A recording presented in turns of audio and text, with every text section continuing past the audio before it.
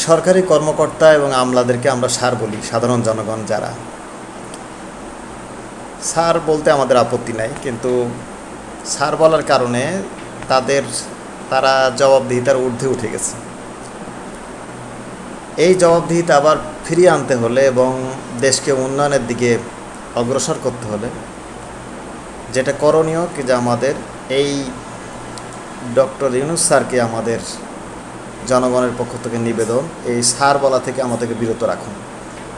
তাহলে জনগণের প্রতি তাদের দায়বদ্ধতা এবং জবাবদিহিতার ক্ষেত্র তৈরি হবে এবং আশা করতেছি আমরা সুন্দর সমাজ গড়তে পারবো। শুধুমাত্র আমরা সাধারণ জনগণ মনে করি, এই কারণেই আমরা তাদের কাছে যাওয়ার সুযোগই পাই না। সাধারণ জনগণ বেশিরভাগই 99%ই সাধারণ জনগণ, তারাই যদি সুযোগ সুবিধাগুলো বা সরকারকে সহযোগিতা না করে দূরে পালিয়ে থাকে, তাহলে কখনো একটা দেশ উন্নতি করা সম্ভব না। আশা করতেছি বর্তমান প্রধান উপদেষ্টা ডক্টর ইউনূস এই বিষয়ে পদক্ষেপ নেবে।